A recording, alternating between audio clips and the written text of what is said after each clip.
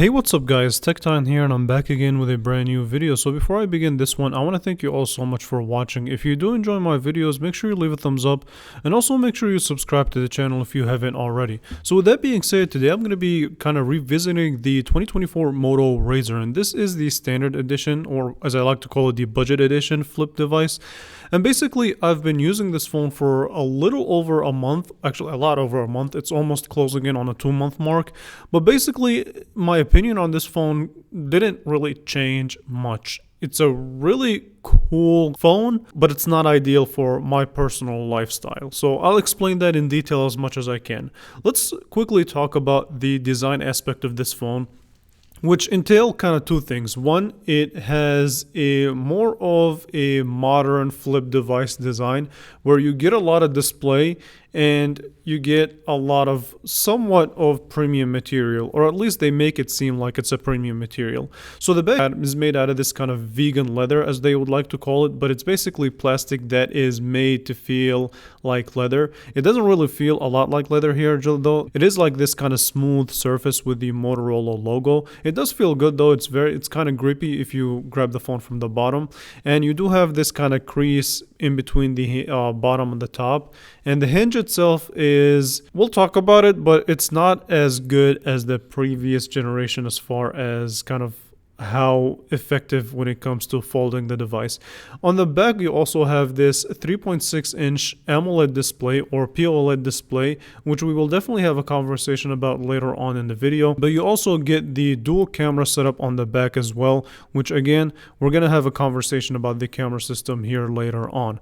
On the bottom of the phone, you will get your USB-C that is capable of charging your phone at 30 watts, and you also get your bottom-facing speaker. And just so you'll know, this is kind of a giveaway that you have somewhat of a premium phone when you don't really have a headphone jack. And so on the right hand side, you do have your power button and volume up and down. And I do have to say this about these buttons: considering how thin this phone is, they are very clicky and very tactile for, again, how thin this phone is. And the sides entirely are made out of 6000 series aluminum. So if we look at the front, you will get your front facing display. And here's the story about this display. So one, it's a 6.9-inch Full HD Plus POLED display. It's 2640 by 1080p that has 85.3% screen to body ratio at 413 pixels per inch. It does support 120 Hz of high refresh rate. It's a very, very nice display to look at and to use. And I do have to say this, that it is easily scratchable, but that goes to pretty much all the flip phone devices that I have kind of seen and somewhat used, whether it's Samsung, whether it's Motorola, or even other brands like Google's Pixel Fold or even the OnePlus Open. All these phones that have somewhat of a foldable display, they're going to have plastic on the front and it's going to be easily scratchable. So keep that in mind. I would say try and put an extra layer of protection on that, like an extra layer of kind of this film screen protector. And the display in general is a really decent quality. I would say in a way it's also somewhat of a downgrade from the previous generation, just because the previous generation did have 144 Hz of refresh rate versus the 120 Hz. Now it didn't really make that big of a difference. I just wanted to mention that just for the sake of argument. And when it came to kind of watching videos, doing what I would do normally on this display, the crease is something that I got accustomed to. It did get slightly worse over time with me opening the phone and closing the phone back up, but that's just normal. It's just what I would expect from these types of devices, so it didn't extremely bother me. But the crease is there. I think that most people that get this phone will eventually get used to it. And speaking of display, it's not the only main display that this phone has. This phone also has, like I said, a 3.6-inch display that is more useful than the previous generation of the Moto Razr that had this kind of 1.6-inch display that you can barely do anything on. So this time around, you can use this display to sort of send a quick message, take a quick picture, go through your photos, or in some scenarios browse the web, use some of the apps that are compatible with it. You cannot obviously make phone calls, but you can do a lot of things with this secondary display that you would not normally be able to do with the smaller display that they had in the previous generation. I actually, in some scenarios, found myself using the smaller display more than the main display, especially if I needed like a quick GPS location, if I want to send a quick email, do anything that requires like an everyday tasks besides calling. I found myself using the smaller display. Now it is again a smaller display, so it did get some time to get used to as far as navigating it, but it's actually more useful than I thought it would be. I thought that I was not gonna be using it as much, but turns out, yeah, it's a nice display. And if you want to take a high quality selfie, you can using the main camera instead of the selfie camera. So as far as your camera system goes, you do have a dual camera setup, as 50 megapixel is your main camera with optical image stabilization. You also have a 13 megapixel ultra wide, a 32 megapixel selfie camera, and both the main camera and the front facing camera are capable of shooting 4K video.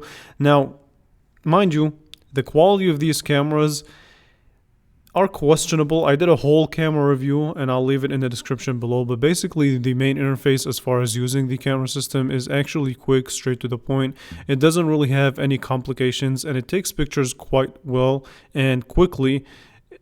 However, I do have issues when it comes to switching between your main sensor and your wide angle. There is a slight delay, a little bit more than I would like, but then again, it's not really that big of a deal to me. And if you think about it, you're not really buying this phone for the outstanding camera system, but essentially you do also have a pro mode that allows you to control a lot of your settings, such as your exposure, your shutter speed, your ISO levels, and things of that nature. In addition to all that, you can actually kind of fold the display, not fully, but kind of fold it, and it will give you sort of more controls in a weird way. So where the bottom half of the display would be used as your kind of camera control and the upper half would be used as your viewfinder. Now I haven't really found myself using this kind of mode a lot, but it's there if you need it. It's quite cool actually. It gives you sort of all your controls in the bottom panel where you can just mess around with it as much as you want. Now let's talk about the real deal, which is image quality. And here's what I found. It's definitely better than the previous generation, which is not really high ground to clear. So it does take some really good pictures. Your bokeh effect on here is decent. The dynamic range is good. The colors can be on and off at times, so it does have slight saturation, but it does use a lot of over sharpening. And in addition to that, the selfie camera is actually surprisingly really good. So I don't think you'd find yourself using the main sensor as much as you would for the selfie camera. Even when taking videos of the kind of the front-facing camera, if you want to use it for social media, things like that, under really good sunlight conditions, it works fairly well. But it's not really that perfect because it does have some flaws like over sharpening, bad low light performance, and in some scenarios kind of overexposing the picture, and inconsistency of taking good quality pictures. But you'll find all that in my full camera review, which I will leave in the description below. So when it comes to the performance of the 2024 Moto Razr, to this day, it still is somewhat consistent. So I didn't really find any trouble using this phone as far as a daily driver. You get a 1044 for your single core if you do benchmarks, and you do get 3041 for your multi-core score. And this phone does use 8 gigabytes of RAM, 256 gigabytes of standard storage, as well as a MediaTek Dimensity octa-core processor. So it's not supposed to be the highest end performing device, but it does hold its own as far as an average performing phone. So when it comes to your daily tasks, anything that requires kind of multitasking on this phone, it does work like a champ. There is slight lag from time to time or glitches from time to time, but there were nothing that is major. It's just a lot of phones glitch, even the latest and greatest iPhone glitch. So glitching was normal on this phone. It wasn't too crazy, but I do have to say this when it came. And in addition to that, I do have to say when it comes to using more GPU demanded tasks such as gaming or photo editing using Lightroom, I found this phone to be as good as I expected from this processor and from this GPU. So it wasn't the fastest thing in the world, but it was for the most part responsive. The battery life on here is decent. It's not the greatest. It did drain a lot of battery when I did use these heavy demanding GPU apps. And also it did get slightly warm, but nothing too outrageously hot. But I do believe that's because of how thin this phone is. My biggest problem when it comes to this device itself is in the durability of the hinge itself. It's not the greatest folding mechanism that I've used. I do have to say that the previous generation in some situations was a better folding hinge and a better folding mechanism than this generation. It's kind of clumsy and flimsy in a way, so it's not really the greatest, but so far it hasn't been such a major concern. It is slightly a concern, but it's nothing major just yet. If it does become a problem, it's going to be harder for me to recommend this phone to people. So I will see what time will deliver with the 2024 Moto Razr. So with that being said, I want to hear your guys' thoughts. Do you think that this phone is justifiable? Right now, they do have it for $599 if you want it unlocked, but you can get it for cheaper using carriers such as T-Mobile or Boost Mobile. So with that being said, thank you all so much for watching. I want to thank you all so much for watching. I do appreciate you all so much for staying tuned and watching this video from beginning to end. If you did, leave a thumbs up.